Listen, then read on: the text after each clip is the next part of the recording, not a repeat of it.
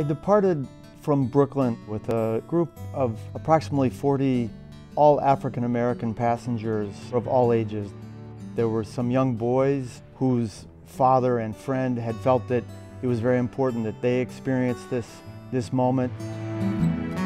There was a reverend who had been jailed in Albany, Georgia with Dr. King for 6 days, and he told me that the election of Barack Obama for him represented that finally there was a sense that justice was for all. It was a tremendously spiritual trip. Many of the people told me that this was a journey towards triumph, towards victory. It was also a moment of tremendous hope.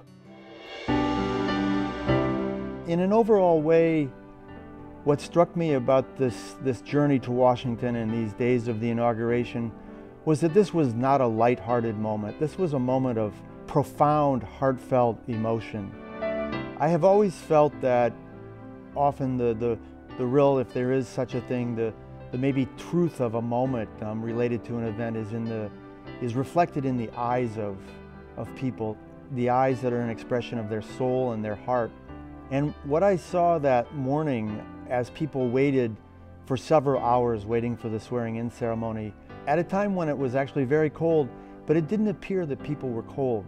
Not only had they dressed warm, but it felt and it looked like their hearts were warm.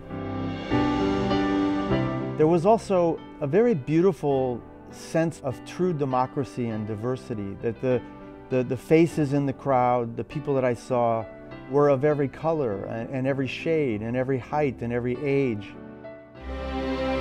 Right after he was sworn in, I quickly went down into the crowd, and several things struck me. One were the sort of twinkle and sparkle in people's eyes. Their eyes were lit up, they were alive. I asked a gentleman named Uta Knox, who fought valiantly in World War II as a flyer, what this moment, what this election meant to him. And he looked at me and he said something extremely powerful and simple. He said, "It means everything." He said it means everything is possible.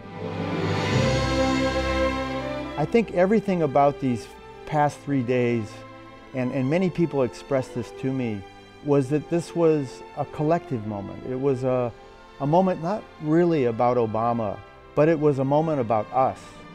And it was a moment about each individual and how we're all tied together.